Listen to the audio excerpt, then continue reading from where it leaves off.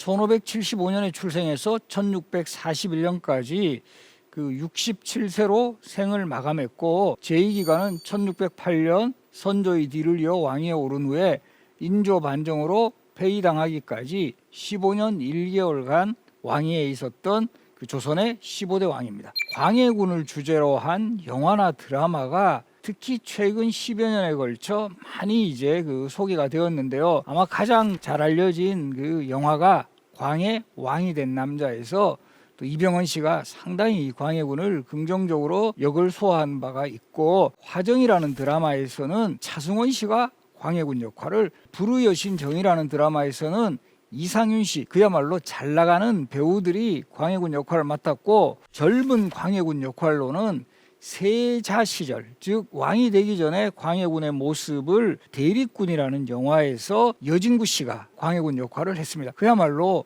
아주 그 좋은 이미지의 배우들이 또 광해군 역할을 했다라는 것 자체가 광해군에 대한 좀 더 긍정적으로 평가하려고 하는 그런 좀 현재의 분위기가 좀 어느 정도 작용을 했다. 그러나 또 냉정하게 평가하면 이 부정적인 측면도 상당히 많았던, 그래서 결과적으로 쫓겨날 수밖에 없었던 또 이런 또 운명에 처했던 왕이었다.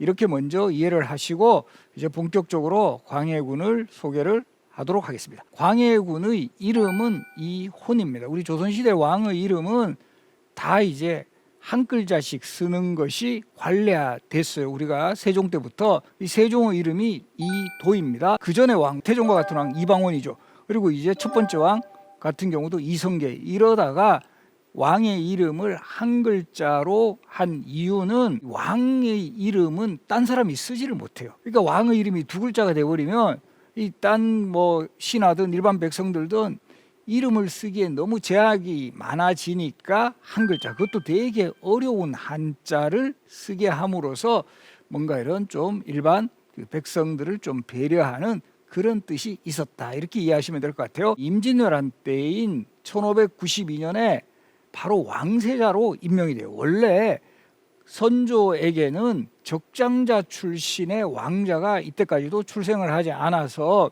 상당히 선조가 고민에 빠졌어요. 다행히 후궁 소생인 공빈김 씨와의 사이에서 임해군이라는 왕자도 있었지만 임해군은 너무 이제 어릴 때부터 사고를 많이 쳐가지고 도저히 그 왕의 제목감이 아니다. 그 대안으로 이제 공빈김 씨의 두 번째 아들 광해군이 있었지만 선조도 이 소위 말하는 반계 출신, 그러니까 이 선조의 할머니가 중종의 후궁이었던 창빈안 씨였거든요. 그러니까 본인 입장에서도 적자가 이 후계자가 돼야 되는데 라는 생각에서 후계자 책봉을 미루고 있었는데 1592년 임진왜란이 일어나니까 이 전쟁이라는 상황은 정말 또 어떻게 될지 몰라요. 만약에 이 선조가 뭐 정말 그 전쟁에서 희생이 되거나 이렇게 되면 바로 이 후계자가 지명이 안 된 상태라면 왕실의 대가 끊길 수도 있다. 그런 어떤 위기의식 속에서 광해군을 이제 왕세자로 임명을 해요. 이것도 별로 이제 내키지 않은 왕세자 임명이었고, 그리고 이제 광해군은 왕세자가 되자마자 분조라 그래가지고 조정을 둘러놔요. 선조는 이제 그 당시에 의주로 피난을 가죠. 그 선조가 있었던 곳을 대조, 클대자를 써서 대조, 광해군은 소조라고 표현을 해서 조정을 둘러 나누었다라는 뜻에서 분조라고 합니다.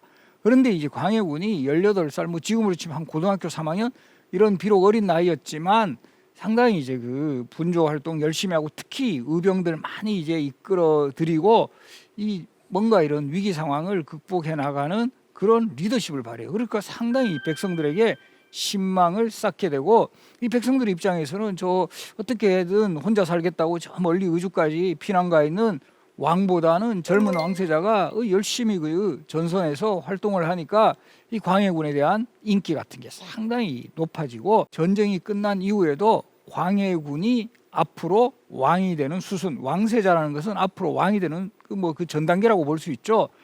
거의 이제 무난해 보였는데 변수가 생겨요. 1602년에 선조가 계비를 맞이합니다. 첫 번째 왕비가 의인왕후 박씨라는 분이었는데 이분이 자식을 낳지 못했어요.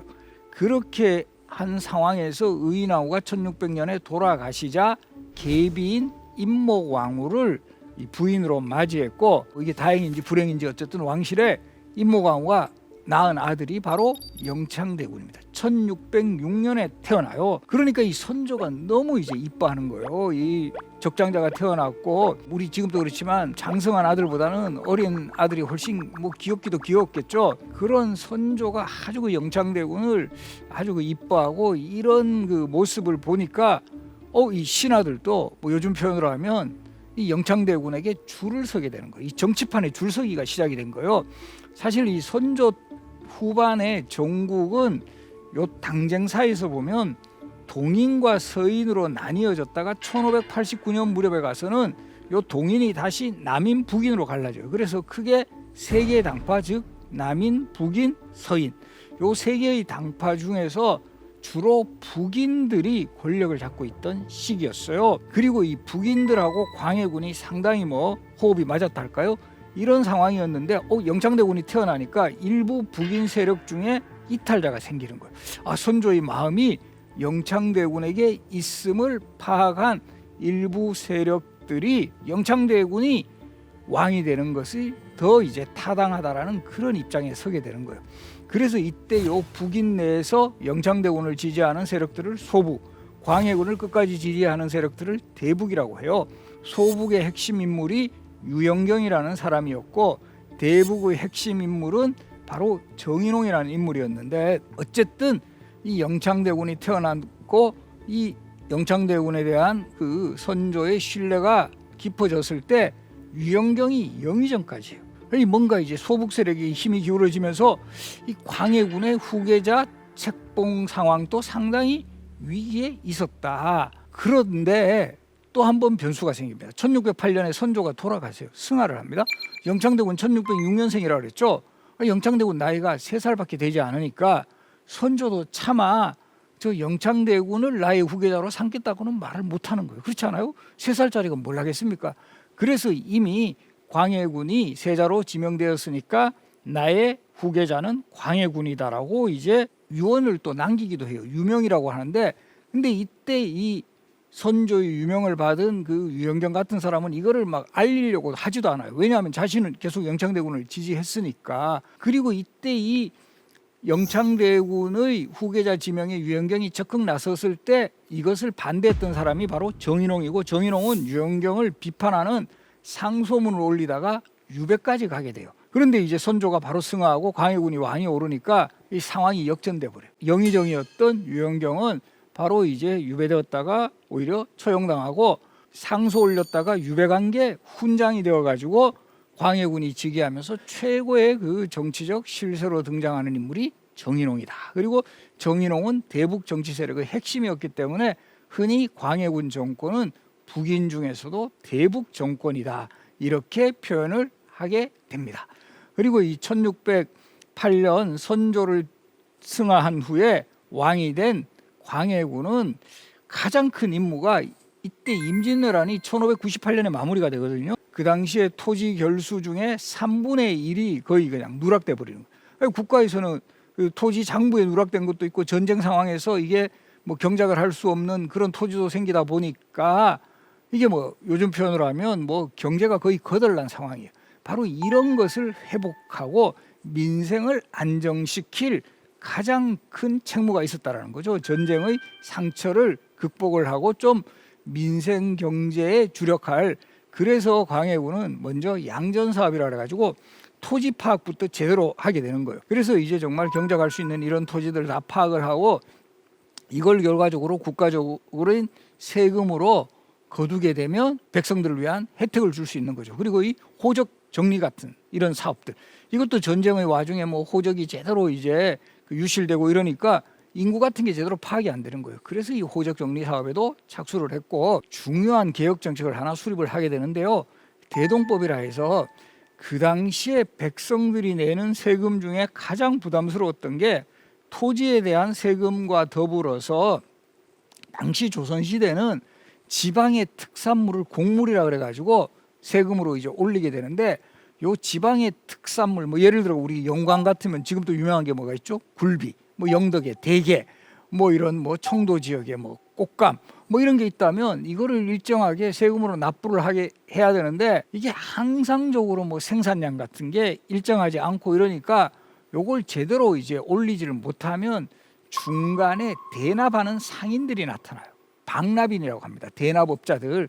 그래서 요 방납인들이 대신 바치면서 그보다 훨씬 더 많은 액수를 당시에 그 일반 백성들에게 부과하는 이런 시스템이에요.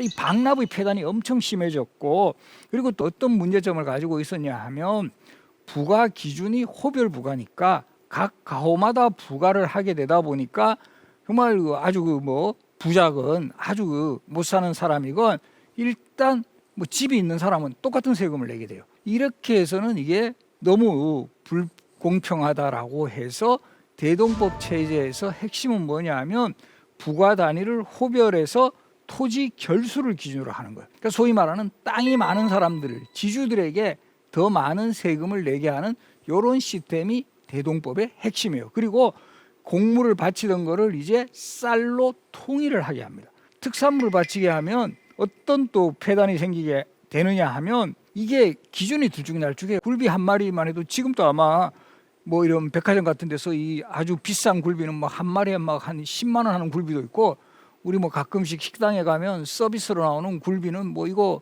뭐 얼마 안 하죠. 근데 이거를 똑같은 굴비 한 마리 그려버리면 이 기준이 들쭉날쭉해요. 근데 쌀로 통일하게 되면 기준이 정확하니까 특별하게 이 어떤 피해를 입지 않는다. 이렇게 해서 이 대동법이 바로 광해군 주기하도구로 처음으로 경기도에 실시해요.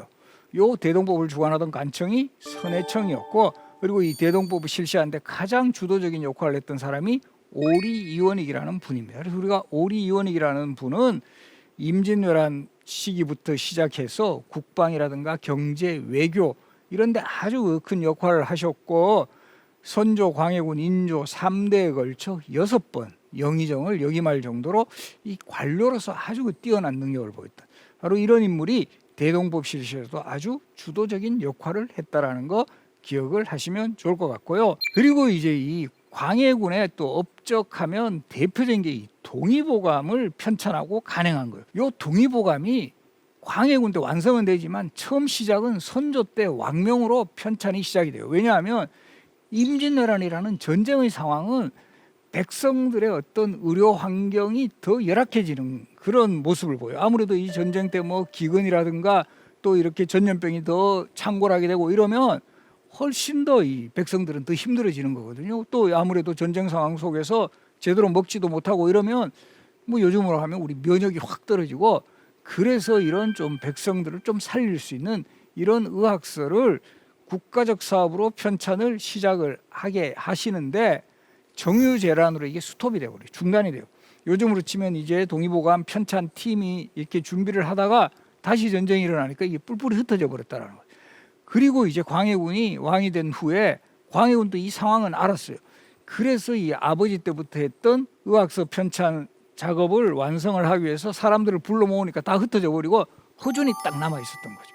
그리고 이 허준에게 맡길 수 있었던 또 이유 중에 하나가 허준하고 광해군은 상당히 또 인연이 있어요.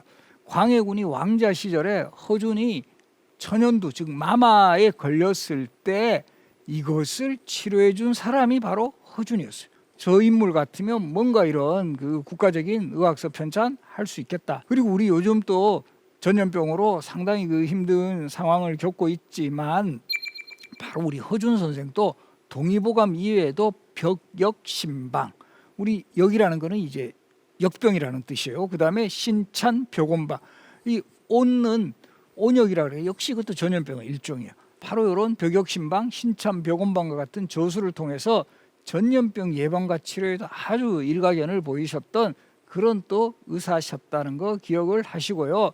바로 요 광해군 일기에 보면 허준이 동의보감을 완성하는 과정이 기록이 되어 있습니다.